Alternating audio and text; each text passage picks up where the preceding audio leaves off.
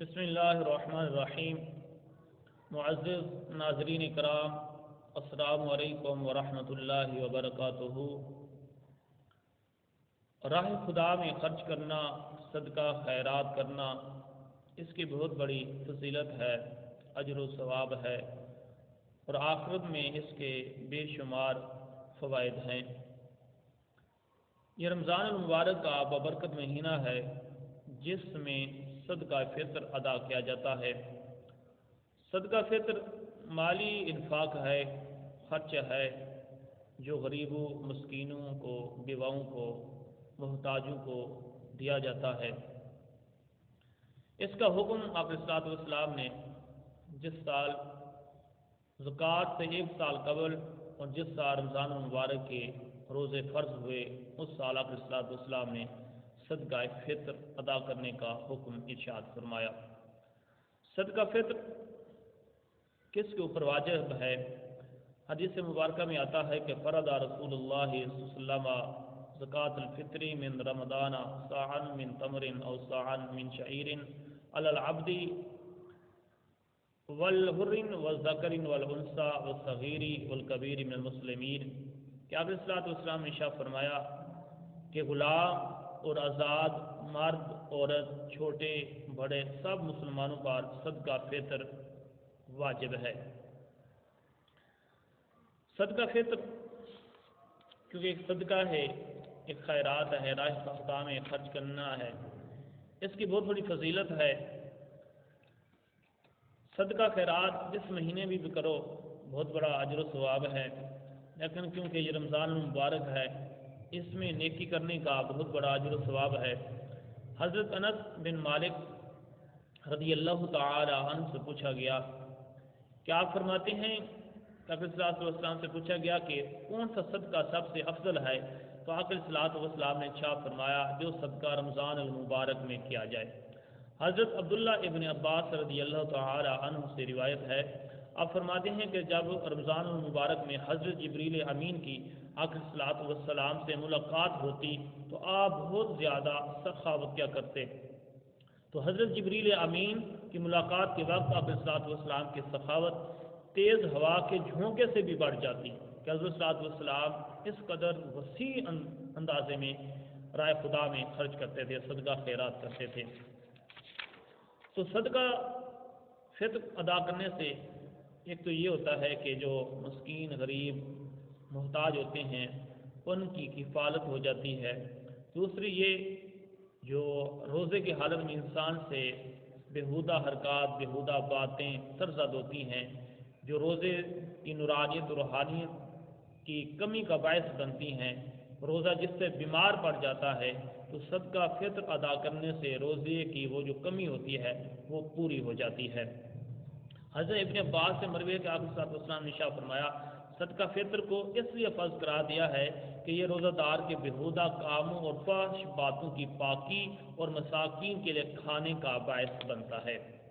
تو صدقہ فطر سے انسان جب ادا کرتا ہے، جو روزہ ہوتا ہے، جو روزے میں انسان کی خطا سے، لفظوں سے، بیہودہ باتوں سے، حرکتوں سے جو کمی آ جاتی ہے، روزہ اس صدقہ فطر اس کو پورا کر دیتا ہے۔ صدقہ فطر کے فوائد کیا ہیں؟ پہلا فائدہ تو یہ ہے صدقہ فطر ادا کرنے سے حکم شرعی پر عمل کرنے پر ثواب ملتا ہے۔ دوسرا فائدہ یہ ہے کہ صدقہ فطر روزوں کو کمی کوتاہیوں سے پاک کرنے کا ذریعہ ہے۔ تیسرا فائدہ اس کا یہ ہے کہ صدقہ فطر دینے سے عید کے دن جو ناداروں اور مخلصوں کی جو تنگ دست لوگ ہوتے ہیں ان کی کفایت ہو جاتی ہے۔ صدقہ فطر کے مستحق وہ لوگ ہیں جن کو زکوٰۃ دی جا سکتی ہے، ان کو صدقہ فطر بھی دیا جا سکتا ہے۔ جن کو زکوٰۃ نہیں دی جا سکتی ان کو صدقہ فطر بھی نہیں دیا جا سکتا۔ تو صدقہ فطر کا افضل وقت یہ ہے کہ عید الفطر کے صبح صادق سے کے بعد اور عید نماز سے قبل صدقہ فطر ادا کیا جائے۔ اگر اس کو عید کے دن سے پہلے رمضان المبارک میں بھی کسی وقت ادا کر دیا جائے تو ادا ہو جائے گا۔ اس کا بہتر وقت یہی ہے کہ عید سے پہلے اس کو ادا کر دیا جائے تاکہ عید کی خوشیوں میں غریب مسکین لوگ بھی شامل ہو سکیں۔ تو صدقہ فطر یعنی جن کو اس کے مصارف کون ہیں، مستحقین کون ہیں، جن کو زکوٰۃ دی جا سکتی ہے ان کو صدقہ فطر بھی دیا جا سکتا ہے، جن کو زکوٰۃ نہیں دی جا سکتی ان کو صدقہ فطر بھی نہیں دیا جا سکتا۔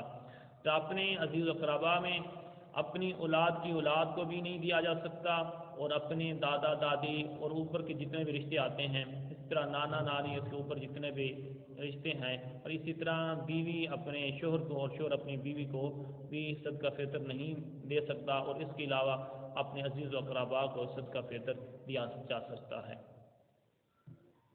صدقہ فطر کی مقدار کیا ہے کہ ہر انسان اپنی یکساں طور پر صدقہ فطر ادا کریں یا اپنی اپنی حیثیت کے مطابق، تو ہر شخص اپنی اپنی حیثیت کے مطابق صدقہ فطر ادا کرے گا۔ ہر طبقہ کے لوگ اپنی آمدنی کے حساب سے، اپنی آمدنی کے حیثیت کے مطابق، مالی حیثیت کے مطابق صدقہ فطر ادا کریں گے۔ جیسے آقا صلی اللہ علیہ وسلم نے قربانی کے حوالے سے تمام مسلمان جو ہیں اپنی حیثیت کے مطابق قربانی ادا کرتے ہیں۔ اب کوئی اونٹ میں قربانی، اونٹ کو قربان کرتا ہے، کوئی بکریوں کی، کوئی دمبے کی، کوئی گایوں کی، یعنی ہر شخص اپنی اپنی حیثیت کے مطابق جو اونٹ دے سکتا ہے وہ اونٹ کی قربانی کرتا ہے، جو گائے دے سکتا ہے تو کوئی گائے کی دیتا ہے، جو بکرا دے سکتا ہے وہ بکرے کی قربانی دیتا ہے، جو دمبے کی دے سکتا ہے وہ دمبے کی دے سکتا ہے۔ اسی طرح آقا صلی اللہ علیہ وسلم نے امت کے لیے صدقے کے بھی مختلف اقسام کو امت کے لیے جائز قرار دیا ہے۔ حضرت ابو ہریرہ رضی اللہ تعالیٰ عنہ فرماتے ہیں کہ آقا صلی اللہ علیہ وسلم کے دور میں ہم ایک سا اناج یعنی 4 کلو گندم اور 4 کلو کھجور، 4 کلو کشمش اور 4 کلو جو بطور صدقہ فطر ادا کرتے تھے۔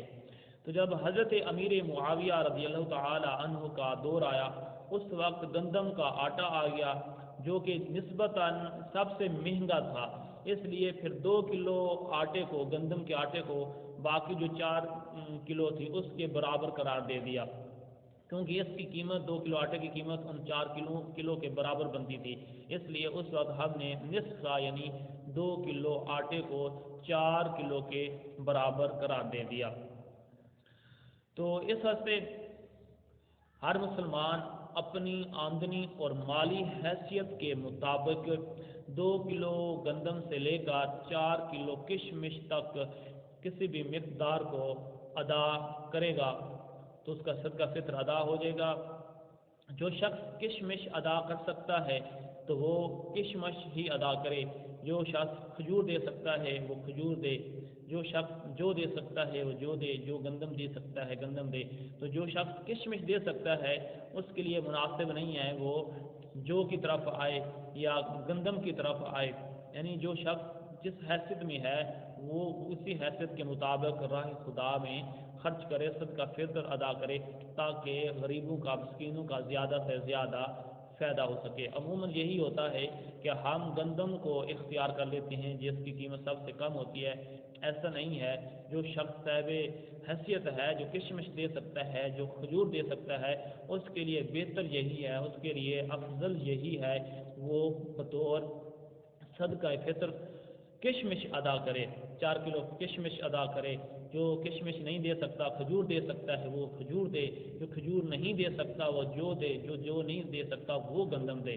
جو شخص کشمش دے سکتا ہے اس کے لیے یہ مناسب نہیں ہے کہ وہ گندم ادا کرے، تو اس کے لیے افضل اور بہتر یہی ہے، کیونکہ یہ صدقہ فطر ہے، راہ خدا میں خرچ کرنے کی بہت بڑا ثواب ہے، تو اس لیے اس کے لیے چاہیے کہ وہ کشمش ہی راہ خدا میں بطور صدقہ فطر ادا کرے، تاکہ زیادہ سے زیادہ غریبوں مسکینوں کا فائدہ ہو سکے۔